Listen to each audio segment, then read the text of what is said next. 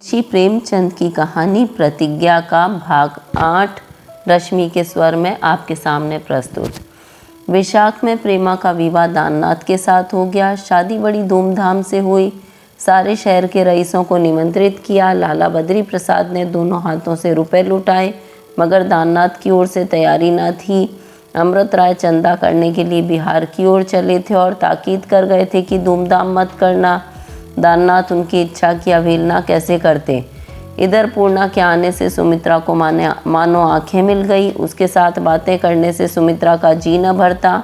आधी आधी रात तक बैठी अपनी दुख कथा सुनाया करती।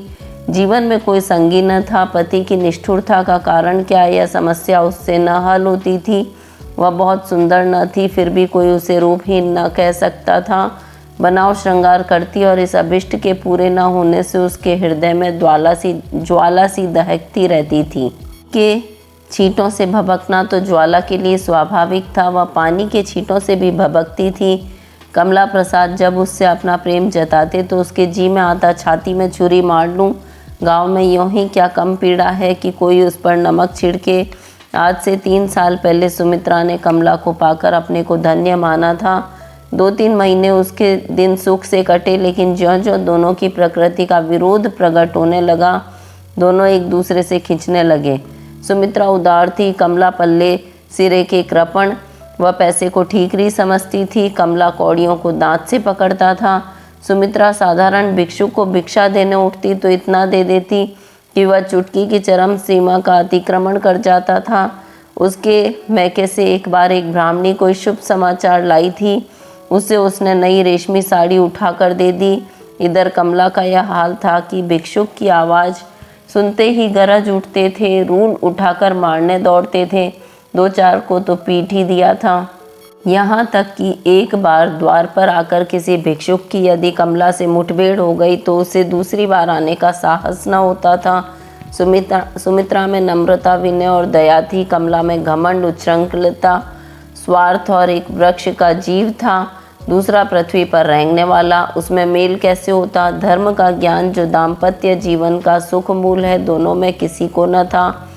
पूर्णा के आने से कमला और सुमित्रा एक दूसरे से और भी पृथक हो गए। सुमित्रा के हृदय पर लदा हुआ बोझा उठ सा गया। कांतों वह दिन के दिन विरक्तावस्था में खाट पर पड़ी रहती थी। कहाँ वह हरदम हंसती बोलती रहती थी। कमला की उसने परवाही करना छोड़ दी।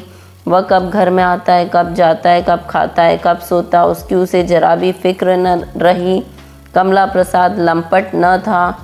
सबकी यही धारणा थी कि उसमें चाहे और कितने ही दुर्गुण हो, पर यह ऐब न था। किसी स्त्री पर ताक झांक करते उसे किसी ने न देखा था। फिर पूर्णा के रूप ने उसे कैसे मोहित कर लिया, ये रहस्य कौन समझ सकता है। कदाचित पूर्णा की सरलता, दीनता और आश्रयहीनता ने उसकी कुप्रवृत्ति को जगा दिया। उसकी कृपणता और कायरता ही उसके सदाचार का आधार थी।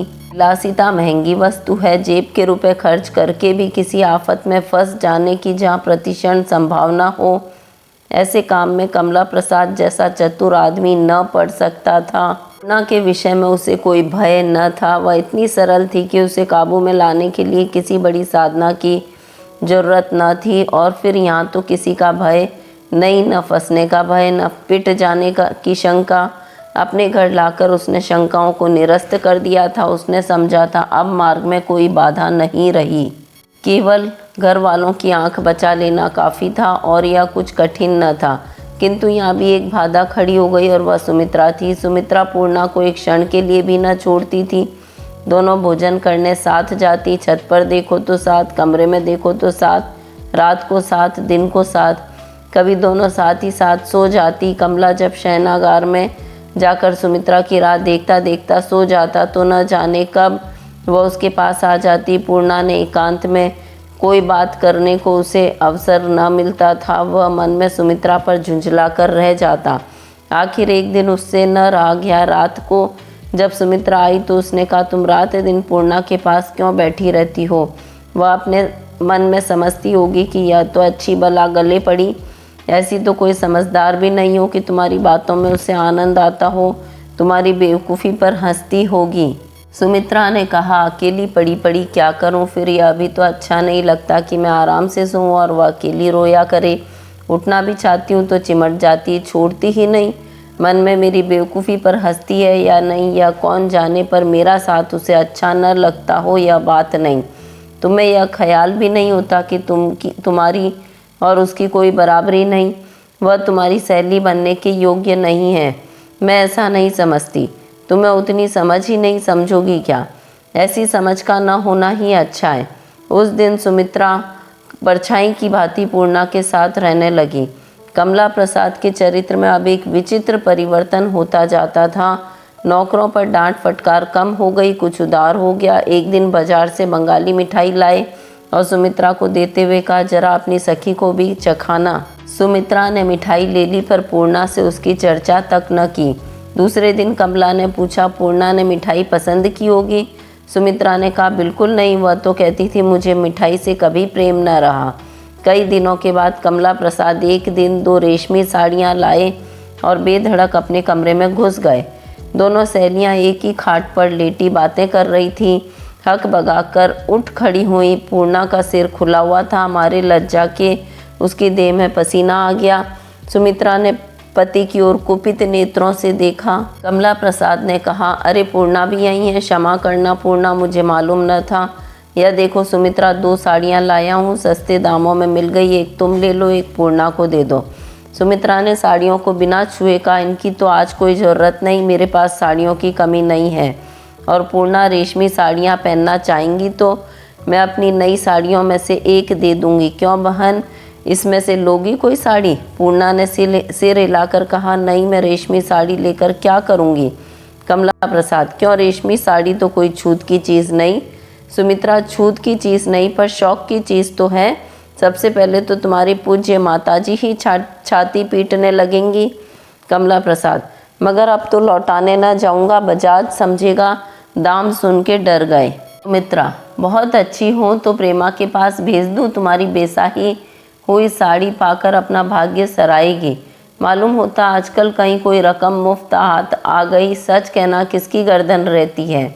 गांठ के रुपए खर्च करके तुम ऐसी फिजूल की चीज़ें कभी न लाए होंगे। कमला ने आग्नेय दृष्टि से सुमित्रा की ओर देखकर कहा, तुम्हारे बाप की तिजोरी तोड़ी है और भला कहाँ डाका मारने जाता। सुमित्रा, मांगते तो वह यूँ ही दे देते, तिजोरी तोड़ने की नौबत न आती, मगर स्वभाव को क्या करो। कमला ने पूर्णा की ओर मुँह करके कहा, सुनती हो पूर्णा इनकी बात? पति से बातें करने का यही ढंग है? तुम भी इन्हें नहीं समझाती? और कुछ नहीं तो आदमी सीधे मुंह बात तो करे। जब से तुम आई हो मिजाज और भी आसमान पर चढ़ गया है। पूर्णा को सुमित्रा की कठोरता बुरी मालूम हो रही थी। एकांत में कमला प्रसाद सुमित्रा को जलाते हों, पर इस समय तो सुमित्रा ही उन्हें जला रही थी। उसे भय हुआ कि कहीं कमला मुझसे नाराज हो गए तो मुझे घर से निकलना पड़ेगा। कमला को अप्रसन्न करके यहाँ एक दिन भी निभा नहीं हो सकता, यह वह जानती थी। इसलिए वह सुमित्रा को समझाती रहती थी। बोली, मैं तो बराबर समझाया करती हूँ बाबूजी, पूछ लीजिए, झूठ कहती हूँ। सुमित्रा ने तीव्र स्वर में कहा, इनके आने से मेरा मिजाज क्यों आसमान पर चढ़ गया, जरा यह भी बता दो। मुझे तो इन्होंने राज सिंहासन पर नहीं बैठा दिया। हाँ, तब अकेली पड़ी रहती थी, अब घड़ी 2 घड़ी इनके साथ बैठ लेती हूँ। क्या तुमसे इतना भी न देखा जाता? कमला, तुम व्यर्थ बात बढ़ाती हो। सुमित्रा, मैं कब कहता हूँ कि तुम इनके साथ उठना बैठना छोड़ दो? मैंने तो ऐसी कोई बात नहीं कही। सुमित्रा, और यह कहने का आशय ही क्या है कि जब से आई है तुम्हारा मिजाज आसमान पर चढ़ गया है? कमला, कुछ झूठ कह रहा हूँ। पूर्णा खुद देख रही है, तुम्हें उनके सत्संग से कुछ शिक्षा ग्रहण करनी चाहिए थी। इन्हें यहाँ लाने का मेरा उद्देश्य यह भी था, मगर तुम्हारे ऊपर इनकी सोबत का उल्टा ही असर हुआ। यह बेचारी समझाती होंगी, मगर तुम क्यों मानने लगी? जब तुम मुझी को नहीं गिनती तो यह बेचारी किस गिनती की है? भगवान सब दुख दे पर बुरे का संग न दे। तुम इनमें से एक साड़ी रख लो पूर्णा, दूसरी मैं प्रेमा के पास भेजे देता हूँ। सुमित्रा ने दोनों साड़ियाँ उठाकर द्वार की ओर फेंक दिया। दोनों कागज में तय की हुई रखी थी, आंगन में जा गिरी। मैरी उसी समय आंगन धो रही थी। जब तक वह दौड़कर साड़ियाँ उठावे, कागज भीग गया और साड़ियों में धब्बे लग गए। पूर्णा ने तिरस्कार के स्वर में कहा, यह तुमने क्या किया बहन? देखो तो साड़ियाँ खराब हो गई। कमला, इनकी करतूत देखती जाओ, इस पर मैं ही बुरा हूँ, मुझी में जमाने भर के दोष हैं। सुमित्रा, तो ले क्यों नहीं जाते अपनी साड़ियाँ? कमला, मैं तुम्हें तो नहीं देता। सुमित्रा, पूर्णा भी न लेंगी। कमला, तुम उसकी ओर से बोलने वाली कौन होती हो? तुमने अपना ठेका लिया है या जमाने भर का ठेका लिया है? बोलो पूर्णा, एक रख दूँ न, या समझ लो कि तुमने इनकार कर दिया तो मुझे बड़ा दुख होगा। पूर्णा बड़े संकट में पड़ गई। अगर साड़ी लेती है तो सुमित्रा को बुरा लगता है, नहीं लेती तो कमला बुरा मानते हैं। सुमित्रा क्यों इतना दुराग्रह कर रही है, क्यों इतना जामे से बाहर हो रही है, यह भी अब उससे छिपा न रहा। दोनों पहलुओं पर विचार कर उसने सुमित्रा को प्रसन्न रखने का निश्चय किया। कमला रूठ कर उसको कोई हानि नहीं पहुंचा सकते, अधिक से अधिक उसे यहाँ से चला जाना पड़ेगा। सुमित्रा प्रसन्न हो गई तो न जाने क्या गजब ढाए, न जाने उसके मन में कैसे कैसे कुत्सित भाव उठे। बोली, बाबूजी, रेशमी साड़ियाँ पहनने का मुझे निषेध है, लेकर क्या करूँगी? ऐसा ही है तो कोई मोटी झोटी धोती ला दीजिएगा। यह कहकर उसने कमला प्रसाद की ओर विवश नेत्रों से देखा। उनमें कितनी दीनता, कितनी क्षमा प्रार्थना भरी हुई थी, मानो वे कह रही हो, लेना तो चाहती हूँ पर लूँ कैसे? इन्हें आप देख ही रहे हैं, क्या घर से निकालने की इच्छा है? कमला प्रसाद ने कोई उत्तर नहीं दिया। साड़ियाँ चुपके से उठा ली और पैर पटकते हुए बाहर चले गए। प्रतिज्ञा कहानी का भाग 8 पूर्ण।